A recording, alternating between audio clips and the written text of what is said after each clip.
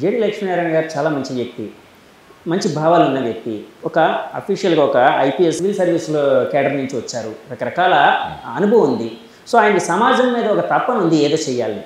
ఆయన లాంటి వ్యక్తి పవన్ కళ్యాణ్ గారితో కలిసి ఉంటే బాగుండేది. ఆయన పక్కాగా ఎలక్ట్ అయ్యేవారు.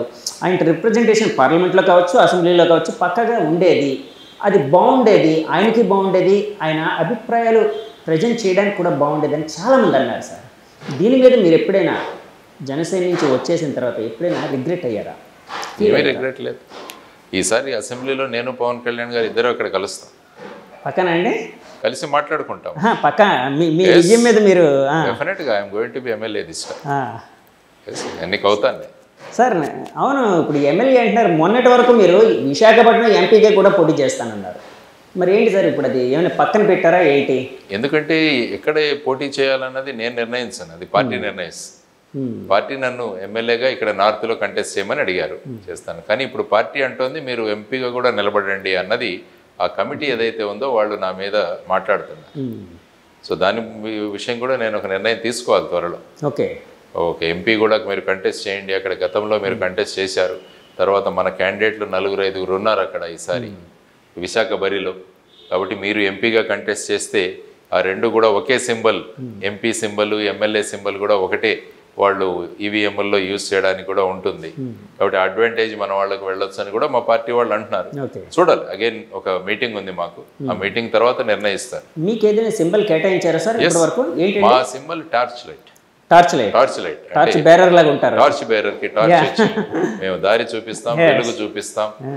చూడండి, ఏదైనా ఒక మంచి సంకల్పంతో వెళితే మనకు పరిస్థితులు అనుకూలిస్తాయి అనడానికి ఇదొక ఉదాహరణ. కాబట్టి ఈ ఉదాహరణతో మేము ముందుకు వెళ్తాము. కాబట్టి టార్చ్ బేరర్గా టార్చ్ తీసుకుని వెళ్తాము, మార్గాన్ని చూపిస్తాం, దారిని చూపిస్తాం, చీకటిని పారదోలేదానికి ప్రయత్నిస్తుంది జై భారత్ నేషనల్. అంటే విశాఖపట్నం ఇప్పుడు నార్త్ నుంచి మీరు ఎమ్మెల్యేగా పోటీ చేస్తున్నారు. నార్త్లో అయితే ఇప్పుడు కూటమి నుంచి విష్ణుకుమార్ రాజు గారు ఉన్నారు, బీజేపీ అభ్యర్థి. అలాగే వైసీపీ నుంచి కేకే రాజు గారు, అంతకుముందు ఓడిపోయారో ఆయన ఉన్నారు. సో ఇద్దరు బలమైన అభ్యర్థులు ఉన్నారు అని వినిపిస్తుంది. అక్కడ ఇందాక మీరు ఒక మాట అన్నారు, పక్కాగా ఎమ్మెల్యేగా గెలుస్తాను, అసెంబ్లీలో నేను మాట్లాడతాను అని అన్నారు కదా. అంటే మీ విజయం మీద అంత విశ్వాసం ఎలా వచ్చింది? అక్కడ పరిస్థితులు ఎలా ఉన్నాయని అనుకుంటున్నారు? నా క్యాంపెయినింగ్ నేను చక్కగా చేసుకుంటున్నాను, ప్రజల్లో మమేకమవుతున్నాను, డోర్ టు డోర్ వెళుతున్నాను, ప్రజల స్పందన కూడా బాగుంది. ఒక మార్పు రాజకీయాలు తీసుకురావాలనుకుంటున్నాను. ఉత్తర విశాఖను ఉత్తమ విశాఖగా చేయాలన్న సంకల్పన అక్కడ వ్యక్తం చేశాను. ముఖ్యంగా డ్రగ్స్, గాంజా ఇటువంటి వాటి నుంచి దూరం చేయాలి. పిల్లలకు చక్కగా ఒక మంచి పెద్ద library, knowledge hub, skill development centre, cultural centre ఇవన్నీ కూడా ఆ ప్రాంతంలో ఏర్పాటు చేసి విశాఖపట్నం నార్త్ని దేశంలోనే ఒక ఉత్తమ మోడల్ కాన్స్టిట్యుయెన్సీగా తయారు చేయాలన్నది నా కాన్సెప్ట్. అంటే ఒక ఎమ్మెల్యే ఏం చేయగలడు అన్నది చూపించాలి మిగతా ఎమ్మెల్యేలకి. ఆ సంకల్పంతో నేను ఉన్నా. ఆ సంకల్పాన్ని ప్రజలకు వ్యక్తం చేశాను ఓటర్స్. సార్ చేయండి, మీతో పాటు మేము ఉన్నాం, మేము మార్పు కొనుక్కునేవాళ్ళం, ఆ విధంగా మేము ఖచ్చితంగా చేస్తామని ప్రజలు ముందుకు వస్తున్నారు. కాబట్టి నా విజయం అన్నది జరుగుతుందని చెప్పేసి నేను. ఎలక్షన్ అనగానే డబ్బులు పంచే సంస్కృతి అయితే ప్రతి చోట ఉందండి. కొంతమంది తెలిసి పంచుతారు, కొంతమంది అంటే అవతల వాళ్ళకి తెలియకుండా పంచడం అనేది ఉంది. ఈ పార్టీ ఆ పార్టీ అని కాదు, 100 కోట్లు పెట్టాల్సిన పరిస్థితి ఉంది అని చెప్పి చాలాసార్లు ఆఫ్ ద రికార్డ్ మనం ఎన్నోసార్లు వింటూ ఉంటాం చాలామంది.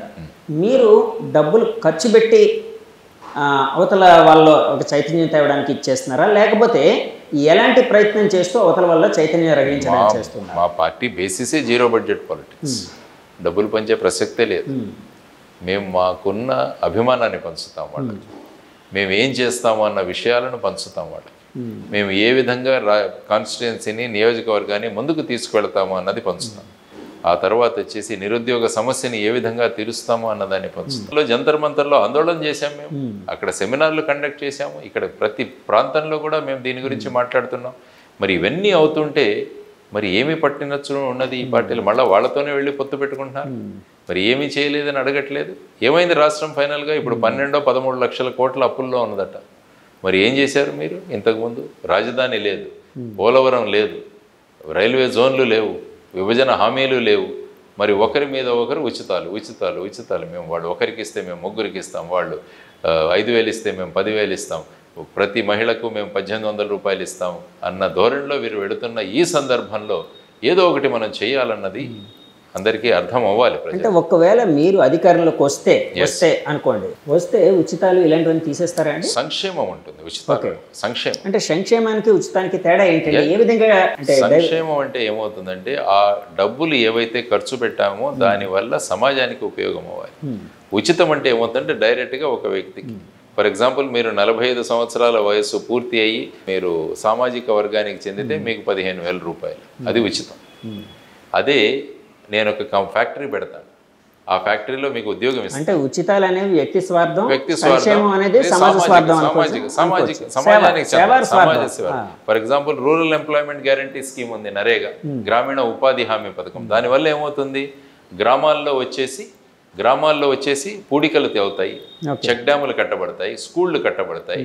దానివల్ల ప్రజలకు డబ్బు వస్తుంది, గ్రామానికి ఉపయోగపడుతుంది. అది కాకుండా నేను డైరెక్ట్గా ఇచ్చేసాను అనుకోండి, ఇప్పుడు ఫర్ ఎగ్జాంపుల్ మీ పిల్లలకి చాక్లెట్లు ఇస్తున్నాను, నేను పిల్లలకి చాక్లెట్లే ఇస్తూ వెళ్ళామనుకోండి, ఏమవుతుంది, పుస్తకాలు ఇస్తామనుకోండి, రేపు ఉపాధి సంపాదించుకుంటాడు. కాబట్టి మనం ఏమి ఇస్తున్నాం అనేది చాలా ముఖ్యం. చాక్లెట్ అనేది ఆ క్షణంలో తీయగా ఉంటుంది, రేపు పొద్దున్న ఆరోగ్యం దెబ్బతింటుంది. ఉచితాలు కూడా అంతే, వ్యక్తిత్వం దెబ్బతింటుంది, రాష్ట్రం దెబ్బతింటుంది, రాష్ట్ర ఆరోగ్యం దెబ్బతింటుంది. ఇవే ఆలోచించాలి. కానీ ఇప్పుడు ఒకరి మీద ఒకరు పోటీలు. కానీ ఇక్కడ ఒక మాట వినిపిస్తూ ఉందండి, మరి ఇన్ని ఉచితాలు ఇస్తున్నారు కదా, మరి ఎంతమంది వైట్ రేషన్ కార్డుల నుంచి బయటకు వచ్చారు చెప్పానండి గవర్నమెంట్? మీరు ఎన్ని వైట్ రేషన్ కార్డులు తగ్గించారు? మరి ఇంతమందికి మీరు ఉచితాలు ఇస్తారు, 2,65,000 కోట్ల రూపాయలు ఇచ్చామన్నారు 5 సంవత్సరాల్లో, వారు కూడా అంత ఇచ్చామన్నారు.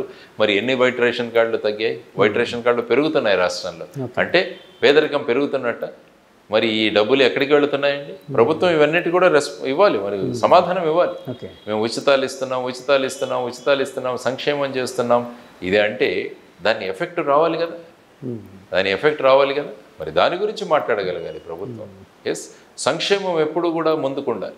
మనది వెల్ఫేర్ స్టేట్, రాజ్యాంగం తీసుకున్నా కూడా వెల్ఫేర్ స్టేట్. ఎందుకని ఎప్పుడు సంక్షేమము ఉచితాల మధ్య మనం డిఫరెన్స్ తీసుకురాగలగాలి. ఇప్పుడు మంచి స్కూళ్ళు కట్టండి, మంచి ఇవి తీసుకురండి, వాటి ద్వారా మీరు పిల్లల్ని ఆకర్షించండి. అది కాకుండా మేము అమ్మఒడి ఇస్తామంటే ఎందుకు? అమ్మఒడి ఉచితం. ఆ ఉచితాన్ని ప్రస్తుతం తెలుగుదేశం వాళ్ళు ఏమంటున్నారు, ఆయన ఒకరికే ఇచ్చారు, మేము 3కి ఇస్తామంటున్నారు. ఎక్కడి నుంచి తెస్తారు ఈ డబ్బులన్నీ? వాళ్ళ ప్రాపర్టీ అమ్ములు ఇస్తున్నారా? వాళ్ళ దగ్గర నుంచి వాళ్ళ భూములు అమ్మిస్తున్నారా? ప్రజలు ట్యాక్సులు కట్టి ఆ అమౌంట్ నుంచి ఇస్తున్నారు కదా, అది కాకుండా అప్పులు తెస్తున్నారు. మరి ఈ విధంగా నడపడం అది ప్రభుత్వం ఇవ్వండి. ఒక 5 సంవత్సరాలు జై భారత్ నేషనల్ పార్టీకి ఇవ్వమనండి, ఎంత సంచలనం తీసుకొస్తామో, ఎన్ని మార్పులు తీసుకొస్తామో.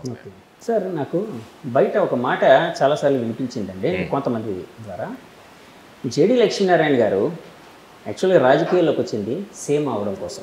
I'm a CM, I'm a change maker. మార్పు తెచ్చే వ్యక్తి. I'm CM, I'm a change maker. Now also I'm a change, I'm a CM. ఇప్పుడు కూడా నేను సీఎంనే, మార్పు తీసుకొస్తా. కాదు సార్, చేంజ్ మేకర్ ని పక్కన పెడితే చీఫ్ మినిస్టర్ అవ్వాలనుకుంటున్నారా? ప్రజలు ఆకాంక్షిస్తే వాళ్ళ ఓటు ద్వారా వేస్తే అవుతాను, ఎందుకు కాకూడదు? ప్రతి ఒక్కరు అవుతున్నప్పుడు నేను ఎందుకు కాకూడదు? ప్రజల సంక్షేమం గురించి ఆలోచించేవాడిని, ప్రజల యొక్క వాళ్ళ అభివృద్ధి కోసం ఆలోచించేవాడిని. ఆ విధంగా చేంజ్ మేకర్ని నేను ఎప్పుడు కూడా. నా ప్రతిరోజు కూడా కొంత మార్పు తీసుకొచ్చే ప్రయత్నంలోనే ఉంటా. సో ఆ ప్రక్రియలో చూద్దాం ఏమవుతుందో.